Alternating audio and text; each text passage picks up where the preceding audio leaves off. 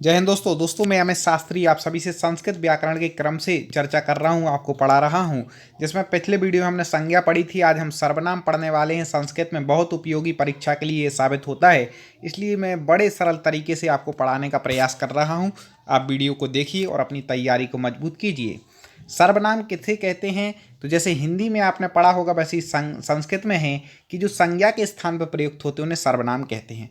कई दोस्तों बोले सर आपसे जुड़ना है, कुछ नहीं करें, आप रेड कलर पर सब्सक्राइब दिया उसको क्लिक करके बेल आइकन को दबा करके नोटिफिकेशन ऑन कर लें। इसके बाद जो हमारा अन्य जो वीडियो आएंगे, चाहे वाच्य के हों, चाहे विशेषण के हों संस्कृत में, चाहे लकार इत्यादि के हों, सारे वीडियो आप तक मिलते रहेंगे। और बहुत सारे वीडियो हमारी प्लेलिस्ट पे है, संधि समास आदि के, आप देख सकते हैं। तो सर्वनाम कहते हैं जो संज्ञा के स्थान पर प्रयुक्त होते हैं। सर्वनाम शब्द दो शब्दों से मिलकर के बना है। सर्व प्लस नाम से मिलकर के बना है। सर्व का अर्थ है सब या सभी और नाम का अर्थ है संज्ञा। मतलब इस प्रकार के वे शब्द जो सभी संज्ञाओं के बदले, संज्ञा के बदले जहाँ पर संज्ञा प्रयोग होनी थी, वस्तु का नाम प्रयोग होना था, वहाँ पर सर्वनाम प्रयोग हो जाते हैं। कैसे होते हैं वो आगे उदाहरण से समझेंगे। तो पूर्वापर संबंध के साथ प्रयुक्त होते हैं। पूर्वापर संबंधी क्या कहलाता है वो अब इसको अपन समझते हैं। तो देखो उदाहरण में समझो पहले, फिर हम आपको समझा रहे हैं। रामा दशरथ पुत्रा आसीत, मतलब राम दशरथ का पुत्र था या थे, सम्मानीय व्यक्ति हैं, राम दशरथ के पुत्र थे। सा महान योगीश्वर आसीत, और वह महान योगीश्वर थे। अब यहाँ पर कह दिया कि राम दशरथ के पुत्र थे, फिर अगली बार सह, सह मतलब वह। यहाँ पर राम क्यों नहीं कहा गया? राम की चर्चा चल रही, लेकिन क्या कह दिया? सह।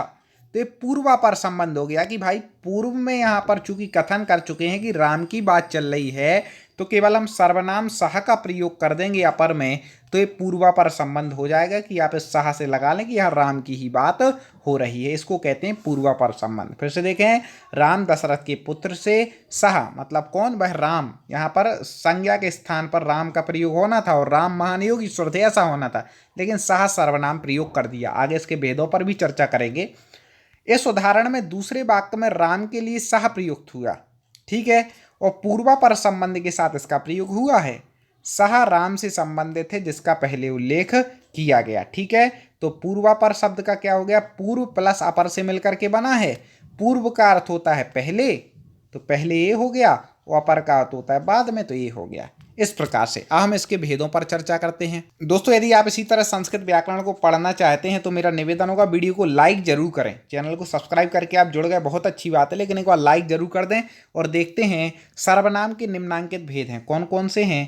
पहला है पुरुषवाचक, इनके बारे में एक एक का पढ़ेंगे उदाहरण सहित। फिर दर्शक सर्वनाम, कैसे प्रश्न बनेंगे वो भी बताएंगे। निजवाचक, संबंधवाचक, प्रश्नवाचक, निश्चयवाचक और अनिश्चयवाचक। संस्कृत में सर्वनाम के भेद पूछ ले, कितने बताना है आपको? 7।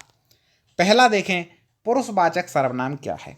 जैसा कि शब्द से ही आपको प्रयुक्त हो रहा है कि पुरुषवाचक सर्वनाम उसे कहते हैं जिस सर्वनाम के द्वारा वक्ता, श्रोता और अन्य, मतलब जिस संबंध में बातचीत हो रही हो का बोध हो, या तो वक्ता का बोध हो या श्रोता का हो, या फिर जिस संबंध में बातचीत हो रही उसका बोध हो, पुरुषवाचक सर्वनाम है। जैसे देखें, अस्मद, युष्मद और तद पुरुषवाचक सर्वनाम हैं, जिनके रूप क्रमशः उत्तम, मध्यम पुरुष और अन्य पुरुष में प्रयुक्त होते हैं। उत्तम पुरुष आप जानते हैं, अहम, आवाम, वयम। मध्यम पुरुष त्वम, युवा, युवम। अन्य पुरुष सह, तौते, या प्रथम पुरुष भी जिसको कहते हैं। तो इस प्रकार से आप समझते हैं। तो वक्ता का, श्रोता का या अन्य का, इस प्रकार से। अब इसके उदाहरण हम देख लें तो आपको और क्लियर हो जाएगा। पहला उदाहरण है अहम आपणम गच्छामि, ठीक है। गच्छामि मतलब अहम मतलब मैं, आपणम मतलब होता है बाजार को, गच्छामि मतलब जाता हूँ, मैं बाजार जाता हूँ। तो यहाँ पर अहम क्या हो गया? पुरुषवाचक सर्वनाम हो गया, ठीक है ना। अहम क्या हो गया? पुरुषवाचक सर्वनाम हो गया। वक्ता को कह रहा है, वक्ता कह रहा है कि मैं बाजार जाता हूँ, तो वक्ता की बात आई थी, श्रोता की आई थी। इस प्रकार से अपन ने पढ़ा था। आवाम, आवाम भी संज्ञा के स्थान पर प्रयुक्त होता है, या तो वो अपना स्वयं का नाम ले लेता, नहीं तो उसकी जगह उसने क्या कह दिया? अहम कह दिया। एक किस पुरुष में आ गया? अहम। अहम आ गया उत्तम पुरुष में, ठीक है। तो ये भी हो गया। आवाम मतलब हम दोनों, ठीक है ना। सहतौते त्वम युवाम युम अहम आवाम वयम, में पढ़ चुके। तो आवाम, ये सब आपने वीडियो ना देखे हो तो चैनल की प्लेलिस्ट है एक संस्कृत व्याकरण ट्रिक नाम से, उसमें दिए हैं, उनको पढ़ सकते हैं। आवाम मतलब हम दोनों। ग्रामम गच्छावः, मतलब हम दोनों ग्राम जाते हैं, गांव को जाते हैं। आवाम हो गया, ये आवाम यहाँ पर क्या है, पुरुषवाचक सर्वनाम है। वयम मतलब हम सब, उपवनम गच्छामः, गच्छामः आएगा वयम के साथ, तो हम सब उपवन मतलब वन को जाते हैं, ठीक है, जिसको आप लोग पार्क बोलते हैं। त्वम पुस्तकम पठ, तुम पुस्तक पढ़ो, ठीक है ना। त्वम यहाँ पर क्या है, सर्वनाम है, मध्यम पुरुष वाला सर्वनाम है, ठीक है ना, त्वम। युवाम मतलब तुम दोनों, जलम पिबतम तुम दोनों जल पियो।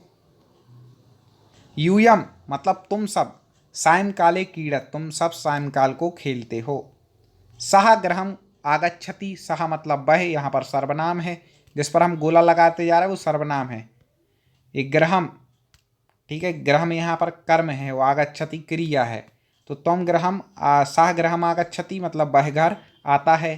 तौ विद्यालयम आगच्छतः तुम दोनों विद्यालय आते हो। सह वे दोनों, सॉरी तुम दोनों में नहीं आएगा, वे दोनों विद्यालय आते हैं। ते चिकित्सालयम आगच्छन्ति, वे सब चिकित्सालय आते हैं। इस प्रकार से पुरुषवाचक सर्वनाम हो गए, ठीक है ना। और अभी भेद पढ़ो, पांचों के एक हम डिफरेंस भी बता देंगे कैसे पहचानना है, आसान है, कोई कठिन नहीं है, पढ़ें बस ध्यान से पूरा वीडियो। दर्शक सर्वनाम क्या है, ये आपने पहली बार सुना होगा, संस्कृत में है। जिस सर्वनाम का प्रयोग वस्तु स्थान आदि के दर्शाने, दर्शक मतलब दर्शाने के लिए किया जाता है, किसी वस्तु का स्थान आदि को दर्शाने के लिए किया जाए, उसे दर्शक सर्वनाम कहते हैं। जैसे एषः मम विद्यालयः, ऐसा मतलब होता है यह, ये दर्शक सर्वनाम है। क्यों, क्योंकि यहाँ पर किसी स्थान को, वस्तु को दर्शा रहे हैं ना, कि यह जो है मेरा विद्यालय है। इदम फलमस्ति, इदम मतलब यह, यहाँ ऐसा आया यह के लिए, यहाँ यदम आया, ऐसा क्यों, क्योंकि फल नपुंसकलिंग है, तो इदम भी नपुंसकलिंग आएगा, ये याद रखना, ठीक है। तो इदम फलमस्ति, यह फल है, ठीक है ना। तो ये क्या है, ये दर्शा रहे हैं कि भैया ये क्या है, ये फल है, इसलिए इसको क्या लिया गया, दर्शक सर्वनाम के अंतर्गत लिया गया, ठीक है ना। ऐसा, अब यहाँ ऐसा में बड़ा सा क्यों आया, क्योंकि लता की बात कर रहे हैं, लता स्त्रीलिंग है, ठीक है ना। तो ऐसा लता अस्ति, यह लता है। इस प्रकार से ये क्या हो गया, दर्शक सर्वनाम, जब यह दर्शाया जाए, ठीक है ना।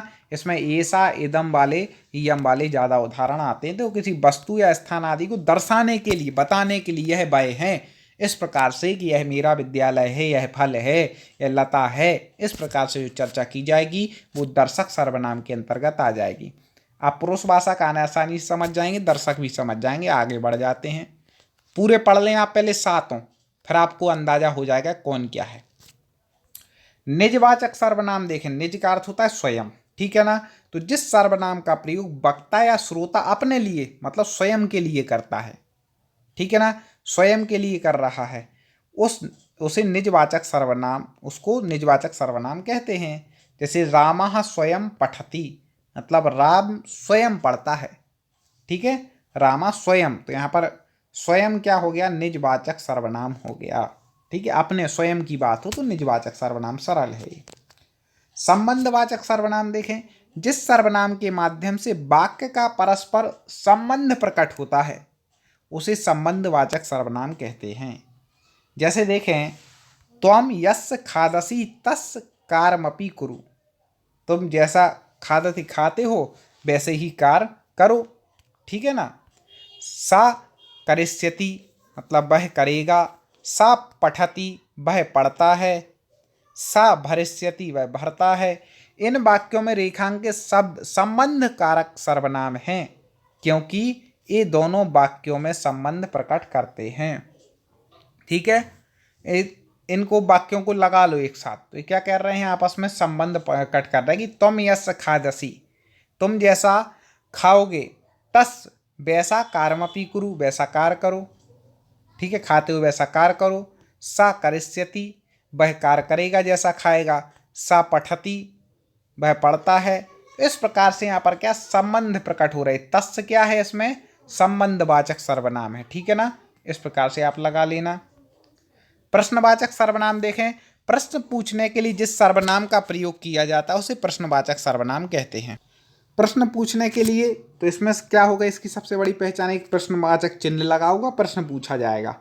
जैसे देखे, विद्यालयम कहाँ गच्छति, मतलब विद्यालय कहाँ मतलब कौन, गच्छति मतलब जाता है। तो यहाँ पर क्या हो गया, प्रश्नवाचक हो गया कि भाई पूछ रहा है विद्यालय कौन जाता है। सा सायंकाले किम करोति, वह शाम के समय किम मतलब क्या, करोति मतलब करता है। ठीक है, कहा मतलब होता है कौन, किम मतलब होता है क्या। तो इन वाक्यों में प्रश्नवाचक है, किम कहा मतलब क्या, ये सब प्रश्नवाचक है। निश्चयवाचक, निश्चय मतलब जहाँ पर निश्चित हो, तो जिस सर्वनाम के द्वारा किसी निश्चित वस्तु या व्यक्ति की ओर संकेत किया जाए, निश्चित है जो, उसे निश्चयवाचक सर्वनाम कहते हैं। जैसे अयम मम ग्रामः, अयम, ठीक है, अयम मतलब यह है, मम ग्राम मेरा ग्राम है, मम विद्यालय मेरा विद्यालय है। इन वाक्य में रेखांकित शब्द निश्चयवाचक सर्वनाम है, क्योंकि विद्यालय निश्चितता या निश्चय सूचक है कि ये मेरा ही विद्यालय है। ठीक है ना, यहाँ पर निश्चयता का सूचक है, इसलिए यहाँ पर क्या आ जाएगा, निश्चयवाचक सर्वनाम आ जाएगा। पेपर में कैसे आते हैं, पेपर में वाक्य दे देगा और पूछेगा कि जैसे मान लो एक वाक्य दे दी, अयम मम ग्रामः, में निश्चयवाचक सर्वनाम है तो आपको लगाना है अयम है, या अयम मम ग्रामा में सर्वनाम है तो भी आपको अयम लगाना है, या अयम मम ग्रामः में 4 प्रकार के सर्वनाम के वो बता देगा कि इनमें से कौन सा है, तो निश्चयवाचक है। कैसे भी दे दें आपको पहचानना है। अनिश्चयवाचक मतलब जहाँ पर निश्चित नहीं हो, यहाँ पर फिक्स है कि भाई ये मेरा ग्राम है। ऐसे ही अनिश्चयवाचक सर्वनाम उसे कहते हैं जिस सर्वनाम के द्वारा किसी निश्चित वस्तु या व्यक्ति की ओर संकेत नहीं होता है। जैसे देखें यहाँ पर कह रहे हैं कि निश्चित वस्तु का बोध ना, जैसे कह रहे हैं विद्यालय कश्चित बालका पठति, मतलब विद्यालय में कश्चित में कोई बालक पढ़ते हैं। अब कोई निश्चय नहीं है कि भाई कौन है, कितने हैं, क्या हैं। सर्वेभ्यः ग्रामेभ्यः पुरुषा स्त्रियः च आगता, ठीक है ना। तो सर्वेभ्यः ग्रामेभ्यः मतलब सभी ग्रामों में पुरुष स्त्रियाँ आगता आती हैं। तो अब सर्वेभ्यः कितने गांव में, टोटल कितनी, यहाँ फिक्स संख्या नहीं है कि भाई सर्व में मतलब 100 भी आ सकते हैं, 1000 भी आ सकते हैं, 1 भी आ सकता है, 10 भी आ सकते हैं। तो यह निश्चित नहीं है, अनिश्चित है। तो इसमें कश्चित और सर्वेभ्यः ये अनिश्चयवाचक सर्वनाम हैं। ठीक है ना, कश्चित मतलब कितने, सर्वेभ्यः मतलब सभी। तो भाई यहाँ पर क्लियर नहीं है कि कितने हैं, तो निश्चय, और निश्चय में होता तो क्लियर हो जाता कि इतना ही है। इस प्रकार से यहाँ पर हो गया। अब एक बार हम सातों को सरल में देखते हैं। देखो ये भेद पड़े थे, पुरुषवाचक सर्वनाम सामान्य की वक्ता श्रोता इत्यादि का हो, अहम या तुम यूयम इनकी बात हो। दर्शक जहाँ पर दर्शाया जाए कि यदम यम, इस प्रकार से। निजवाचक स्वयं की बात की जाए कि मैं स्वयं ऐसा करता हूँ। संबंधवाचक जहाँ पर संबंध बताया जाए, संबंध में षष्ठी विभक्ति होती है तो यहाँ तस् इत्यादि का प्रयोग हो। ठीक है ना। और प्रश्नवाचक सर्वनाम क्या होता है, जहाँ पर प्रश्न पूछा जाए, कहा, किम इत्यादि हो। निश्चयवाचक जहाँ पर निश्चित हो कि ऐसा, कि यह मेरे ही विद्यालय ही है, यह ऐसा ही है। अनिश्चयवाचक जहाँ पर कुछ निश्चित नहीं हो, कितने, ठीक है, कुछ, कोई, इस प्रकार से अनिश्चयवाचक सर्वनाम तो इस प्रकार से होते हैं। दोस्तों आगे हमें पूरी व्याकरण क्रम से पढ़नी है, संज्ञा हो गए, सर्वनाम हो गए, और भी आगे हम बातचीत इत्यादि के वीडियो लाएंगे। आप जुड़े रहिए, चैनल को सब्सक्राइब कीजिए, वीडियो को लाइक जरूर कर लीजिए। दोस्तों कमेंट में बताइए कि आपको किस संस्कृत में किस चैप्टर में परेशानी आ रही है, तो वो अगला वीडियो हम लेकर के आएँ और आपकी तैयारी को मजबूत बना सकें और आप सफलता प्राप्त करें। मुलाकात करते हैं अगले वीडियो में। जय हिंद।